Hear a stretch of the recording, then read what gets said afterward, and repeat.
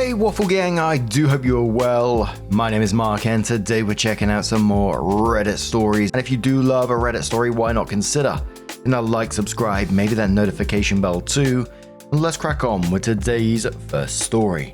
Much love guys. Now today's first story comes from Concerned Wife 27. And it says, my 27 female husband's 27 male. First love 28 female. Contacted him, wanting to apologize and reconnect. Should I be concerned? I, 27 female, have been with my husband, 27 male, for almost 8 years. Married for 3. Let's call him Liam. Fake name. Prior to our relationship, Liam was with Danielle, 28 female, also fake name.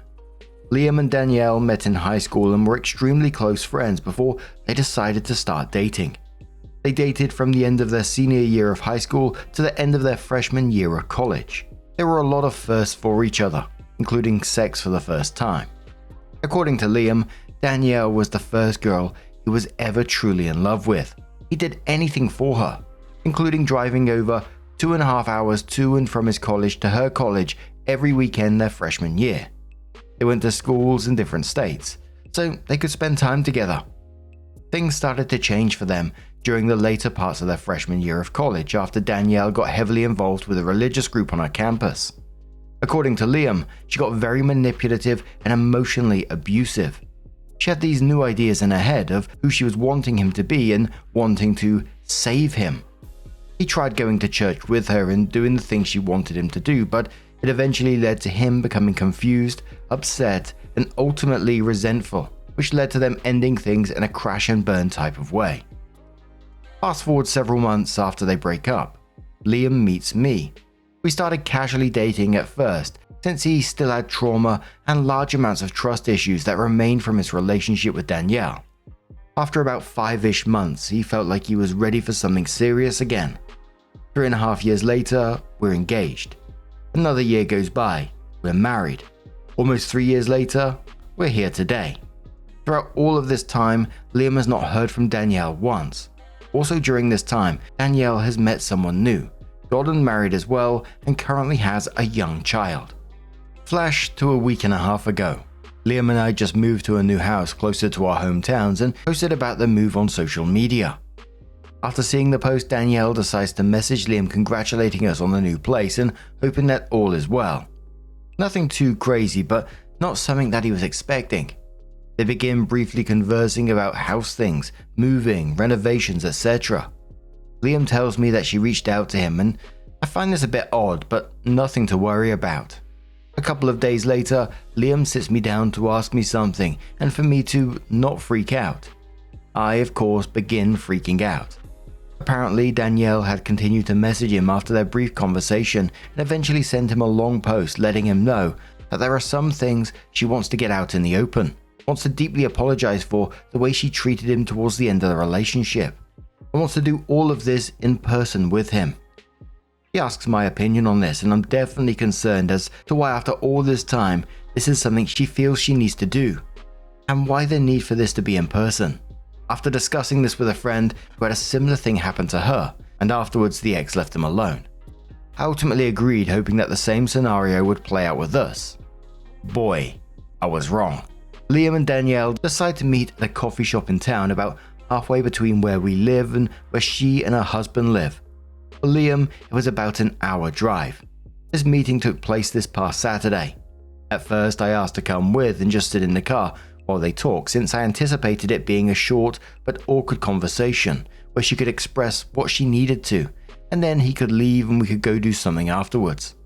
Liam convinced me I would end up being bored and he would feel bad leaving me alone for that time, so it was better for me to just stay back. He didn't think it would last very long, maybe an hour or so, and he would be home before I knew it. I ended up agreeing and he left early in the morning so he could meet her around 10. After letting me know once he got there and that he would keep me posted on when he would be heading back, I waited. After about an hour, I texted asking how it was going, and he said it was fine and that he was just listening to what she had to say. Another hour goes by and I started feeling a bit concerned, as I would have thought that they would be done by now. Another hour goes by and I'm full on irritated. I text him saying he's been 3 hours and ask when I should expect him back. He lets me know that they're catching up and he would let me know. Another hour goes by. 4 hours in total, and I'm mad. What was supposed to be a short apology conversation was turning into a full day thing. Finally, he lets me know he's heading home after 4.5 hours of them talking. I needed answers. When he finally got home, I asked what happened. He lets me know that Danielle did apologize for the way she treated him during their relationship. After that, they began catching each other up on their lives since it had been nearly 8 years since they last talked. It was a good, casual conversation, and they started breaking down crying. According to Liam, Danielle is at her wit's end in her marriage and is considering divorcing her husband.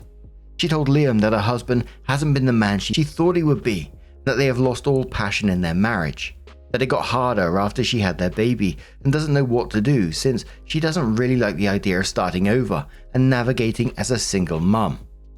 Basically, she was confiding in him about all these issues in her life, and he sat and listened and talked with her. Liam said she really just needed someone to listen that wasn't involved in their circle. He felt bad for her and just wants to make sure she's okay. He then asked me how I would feel if they continued to be casual acquaintances. I told him I could maybe get to a point where I'd be comfortable with that, but would need to think about it. He made it seem like that was the end of what they discussed, and we continued the rest of our day as normal. At the end of the day, we get in bed and are watching TV, when I notice that he's getting quiet and distant.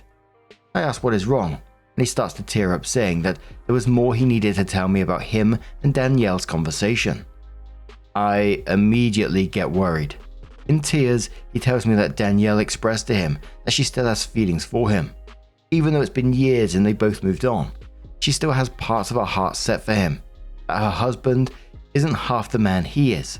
In some ways, I wasn't shocked to hear that, especially since she wanted to meet with him after all this time. However, what he said next did shock me. He told me that after talking with her, he realized he also still has some unresolved feelings for her. All this time, he thought she hated him after they broke up, when in reality she was just struggling with her religious trauma in college and took things out on him when she shouldn't. Everything was took out of context. I didn't know what to think. He was so hurt and torn apart after they broke up, and it took me months to build his trust and hope back up in the beginning to allow him to see himself capable of love again. Now, all these years later, he says he still has a part of his heart for her. In many ways, I understand because first love will always hold a spot, but I'm also a bit hurt that my husband, the man I plan to spend the rest of my life with, still feels for his ex. After learning that she still has feelings for him, I told him I wasn't liking the idea of them still talking, that she could eventually start interpreting his kindness to her wrongly and see some sort of potential between them. That really she should be discussing her marital issues with her own husband and not him. He insists that she would never come between us and that Danielle herself even expressed that she respected the idea of marriage wholeheartedly and the last thing she would want to do is harm us. He wants to be there for her because it seems like she doesn't really have anyone else to talk to about all of this. Last night he was showing me TikToks on his phone when a text notification from Danielle popped up. I questioned him about it and he shrugged it off as nothing. Today, I asked if she was still texting him, and he said she was, but he was trying to slowly cut her off. I expressed again how I don't think it's best for him to be talking to her and how she really should be going to a friend or family member to talk about her issues. I noticed he was still texting her throughout the evening tonight too. Should I be concerned about all of this? I don't want to come across as a wife who controls who her husband can or cannot talk to. I do trust my husband, but I don't really know Danielle. He insists she's true to her word and would never try anything, but how can I know for sure? My best friends think I should tell him to block her. I don't think he will because he feels bad for her, but I don't want her to continuing to reach out to him for validation and that eventually leading to her feelings towards him growing more. What do I do? Please help. Absolutely red flags all over the place. I mean, Danielle saying she doesn't want to damage your marriage or whatever, yet comes in like a wrecking ball and confessing her feelings for him and him admitting he still has feelings for her. My eyebrows were slowly raising when he initially put you off actually going to the meet and sitting in the car in the first place. We're definitely stepping into emotional affair territory here. And I think anyone would be hugely concerned when an ex comes back into their life and starts saying all this shit, and him still texting after you've expressed discomfort shows that he's choosing her feelings over yours. But No Contest says, tell your husband that his ex's failing marriage is her own problem. Unless you want your own marriage to fail too, you better stop this nonsense. Comfortable Lad says, and quotes Danielle would never do that, and then says she already did. Why confess her feelings to a married man? Why does she even appear again? Yes, No, maybe says, so much this. Opie's husband seems to think that refers only to sex, but Danielle is already laying the groundwork for an affair, whether she realizes it or not. The husband needs to cease all contact, and frankly, I'm shocked he didn't the moment she said she still had feelings for him. And then he says he feels similarly about her. Do you see where this is going? Picture him checking his phone for a text from you while hanging out with her. She says, your wife again, huh? Seems like she doesn't trust you. My husband did that too, which made me realize he's so controlling. And it says anytime you have a disagreement, he can go to her to vent. She'd be super supportive and tell him he's right, that you're just being a bitch. She'll remind him of their best memories and inside jokes. He's texting her throughout the evening. They are rekindling their relationship in front of your eyes. Medium-sized May says this is such a red flag comment from the husband. Quoting, Danielle would never try anything, and then says, why isn't he saying he would never try anything? This should have been shut down immediately. The OP comes in with their update and says, I want to thank everyone who saw my original post and left a comment or sent me a message. Although they may have been difficult for me to read through, it was something I ultimately needed to do. Anyway, here's the update. Liam, 27 male, husband, fake name, has been at work all day, so I wasn't able to talk to him much until he got home. I sat him down again and let him know that I needed to talk about his communication with Danielle, 28 female, husband's ex, fake name. I told him that I wasn't happy and that I needed to know if he was still talking to Danielle today. He told me he was, but that he was to finally end things with her. For those of you, if not all of you, that suggested Danielle reached out to him because she wanted him for herself, you were correct. Liam called her today and she straight up asked him how happy he was with me, and that if for a second there were issues and wanted out and they could run away together. She wants to divorce her husband and be with him. I believe this admittance finally broke Liam's rose-colored glasses on the situation and opened him up to seeing what she was really doing, trying to manipulate her way back to him and home wreck our marriage. He finally told her enough is enough and that he cannot talk to her anymore. That he did feel sorry for everything going on with her and her own marriage, but for the sake of his own marriage and his love for me, that he needs to stop being in touch with her. He realized that those unresolved feelings that he started to have for her after meeting with her this past Saturday were more like feelings of nostalgia for the times they spent together and the times they were happy. The way she spoke about him and his character made him feel good and gave him that ego boost, but after hearing her true intentions, he was able to remember the way she was before and why they broke up in the first place. I told him I want him to block her. I wanted no contact at all with her, and he agreed. So he deleted all of their messages, blocked her number, and blocked all of her social media right in front of me. There'd be no communication between them going forward. Again, thank you all so much for the help realizing what was happening and what needed to be done. I really appreciate it. Top comment to say on this one. First one from Top Rip says, yes, finally a good update. Thankfully he got his head out of his behind and realized what she was doing. Good luck to you in the future. Bam replies that saying more like got whacked in the face by her bluntly telling him she wanted him to leave his wife for her. And Fun Diver says, OP, that's great, but trust me when I say you have to inspect what you expect. Don't just blindly take his word for it. He could probably tell you were done if he didn't agree, so he took steps. All of those could be undone just as fast. Give it a day, maybe two, and then without fanfare ask him for his phone. Tell him you just want to see for your own mental health that she is still blocked and there has been no communication because you don't believe she will go that easily. Don't let him say no or leave the room. Tell him to unlock it and let you see it. Check every single app he has on his phone that offers messages, text, Facebook Messenger, Instagram, WhatsApp, Snapchat, every single app. Look at recently deleted folders. Also, you still need to contact the husband and alert him. Don't tell your husband you're going to. Just do it. He deserves to know. Her marriage may be a wreck, but cheaters say that all the time. You'd want him to call you. If she is that miserable, he needs to know. And whilst there was a lot of comments saying it was a positive update, there were some comments as well skeptical about the situation, saying that they're not expecting Danielle to go down easily and find some way to contact him, and him maybe to reciprocate because he enjoyed the ego boost. But what do you guys make of this situation? How do you think it's going to go? Do you think that's the end of it? Let us know your thoughts down in the comments below, and let's move on to another cheeky story. Now, our next story comes from Hovercraft Just 5145, and it says, "Am I the arsehole for not making my son give rides to his stepsister to and from school? I, 45 male, share 3 kids with my ex, 16 male, 14 male, and 11 female. We divorced 10 years ago.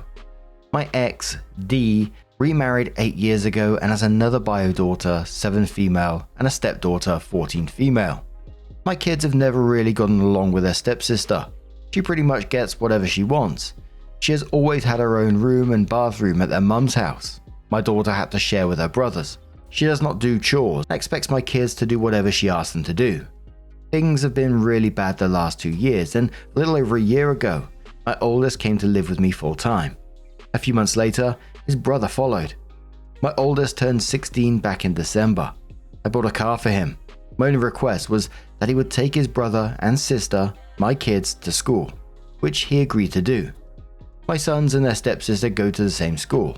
Not long after I got him the car, he started asking that my son take his stepsister to and from school. My ex's neighborhood is en route to the school from my house. He refused. My ex tried to make him do it. I refused. Well, last month we got a winter storm come in. The first round was not supposed to be bad, so there was school. But quickly the weather got worse than predicted, so the school let out early. My sons were walking to the car with a friend to head to my house. Their stepsister was standing near the car with a friend and was on her phone. She told my son, "Mum says she cannot come get us, so we need to ride with you." My son refused. She handed my son the phone and my ex was on the line. She demanded that my son give his stepsister and her friend a ride. She was across town getting groceries before the storm got worse. He refused. His stepsister started yelling at him. He ignored her and they got in the car to leave. She and her friend got in front of the car so he couldn't move. He honked his horn and told them to get the fuck out of the way. They eventually did, and my son left her and her friend at the school. A teacher saw the incident, so we were called by the administration about it. We told them what happened. My sons were not in trouble, but they said, "We need to work out this family conflict." Afterwards, my ex and her husband tried to talk to me and blamed me. I told them, "It isn't my fault you're raised an entitled brat who no one likes. You'll have enabled her behavior for years. I've tried to get you all to address it, but I'm done. Until you stop being a worthless mother and stepdad, I do not want to hear shit from either one of you. D, your own sons despise you. That is all on you." Then we left. I have not spoken to my ex since. I do feel bad for my daughter because tensions have been high at my ex's house and she is there half the time. Am I the arsehole? Ugh, people like the ex. Why couldn't she have just turned around to the son? She might have got the same answer, but why couldn't she have turned around to the son and just said, "Look, could you help us out in this situation? Could you just give your stepsister a ride this once? It'd be really helpful and I'd really appreciate it." But instead, she went to demanding and trying to force it through OP, and then expecting a teenager to help you out after that. I mean, yeah, right. And you can see the stepdaughter's whole attitude, the fact that she would stand in front of the car trying to ensure she's getting what she wants and trying to force him to take her in the car. It's just mad. And good on OP for having his son's back in this, but no cockroach says not the arsehole. Your ex chose her stepdaughter over her own kids. Puzzleheaded says she chose her new husband over her own children. His daughter is just an extension of him in her eyes, while the children with OP are an extension of him and an unwanted reminder to her new husband that he came after OP. OP's kids basically remind stepfather and mum that he is getting OP's sloppy seconds, and of course she doesn't want to lose another husband, so she's going to favour his children over her ex's children. Not the arsehole. Beth says X is just disrespectful and rude. She couldn't have called OP and their son herself and said, "I'm stuck. Just this once in an emergency, could you please help me out?" Who's the grown-up here? The 16-year-old or her? Miami says not the arsehole. Sounds like they have spent years cultivating a bad relationship between the kids and want to blame you. That is on them. They're at the fuck around and find out stage of parenting. I do family law and seen this plenty. So OP comes in with her first update and says answers to common questions. Looks like at least until June 5th, it would be illegal for my son to take his stepsister and her friend home. I'm not going for full custody for my daughter because she is highly attached to her little sister and would be sad not to see her every other week. But I take my daughter to and from school every day. It is across the street from my office. While things are tense at my ex's, it does not appear that she is being treated any differently than before. There are no buses available for my kids, and their stepsister are there on an inter-district transfer. Update. A little over a week ago, my ex reached out to try and see what we could compromise on about the situation. I told her there was nothing to compromise about.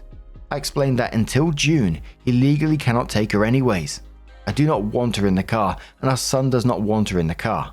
My ex said it simply is not doable for her to take her or her dad to take her to school every day. If our son could take her on Tuesdays, they could do other days. I told her no. This Tuesday, their stepsister demanded a ride. My son told her no, and she pushed him. A teacher saw it, and she is facing possible in-school suspension. Disciplinary issues like this could compromise her inter-district transfer. That is the update. Perpetually says, what was their plan if he didn't get his license? Another commenter says, or if OP didn't get his son a car. Then another update came in 2.5 months later and says, background. On June 5th, my son will be 16 and a half. Because he took his driver's ed at the time, there will be no restriction on the number of passengers he can transport. There is no bus available due to the school being in a different district. Public transit is absolutely terrible where we are, both in terms of safety and time. Second update. Contrary to popular belief, my son's car was not keyed or anything like that. After the incident in the update, my sons and their stepsister ignored each other at school. Since that incident, my ex has tried to act sweet and kind when we have interacted. All involved schools let out last week for summer. On Monday, I had a meeting run long and I could not drop my daughter off at my ex's as I typically do. So I had my son do the drop-off for me. When he got there, my ex asked to talk to him for a minute. She asked if she pays him, if he would agree to take his stepsister to and from school starting in the fall. As mentioned in my comments, my ex has switched shifts so she cannot pick up her stepdaughter from school. Her husband typically has to leave for work to get his daughter from the school, and that is what happened most days. But it is starting to cause issues at his job. My son told her no and came home. At night, she calls me and asks if I'd be interested in doing joint family therapy with her and all 3 of our kids. I told her before that can happen, she, her husband and stepdaughter need to make a full and complete apology to our kids for their treatment over the years. She said, I don't know if I can make that happen. I told her, well, that is what needs to happen before I would consider your proposal. My kids and I already do individual therapy. This morning, she forwarded me some text from one of her friends who is a teacher at the high school my ex's stepdaughter would have to attend if she switches school. She was telling my ex that there are only a few spots left in the few honors/AP courses that sophomores can take. So if the stepdaughter wants in those classes, she needs to enroll in the school now. So my ex then said, I'm desperate. I want her to stay where she is at. That is only possible if our oldest son agrees to take her. But if I need to switch schools for her, I need to know now. I responded, this ain't got shit to do with our kids, and the fact that you are bending yourself into pretzels for stepdaughter is the problem, because you do not do that shit for our kids. Do not contact me unless it is about our kids. This is the update. Soggy Milk says, good for you. She's desperate, but not desperate enough to tell her husband and stepdaughter that they need to give a genuine apology. I guess hubby and stepdaughter are not desperate.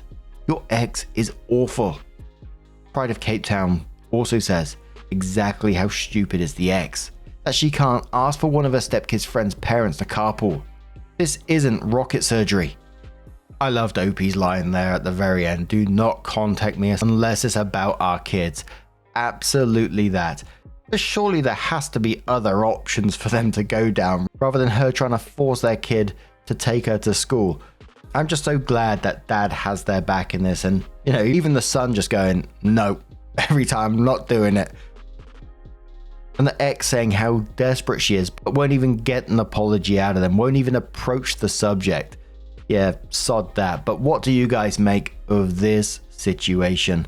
Let us know your thoughts down in the comments below. And just a huge thank you from the bottom of my heart for getting involved in today's stories. Your love, your support, your time, it always means the absolute world to me. So thank you so much. And hopefully I'll see you in the next one. Take care and much love.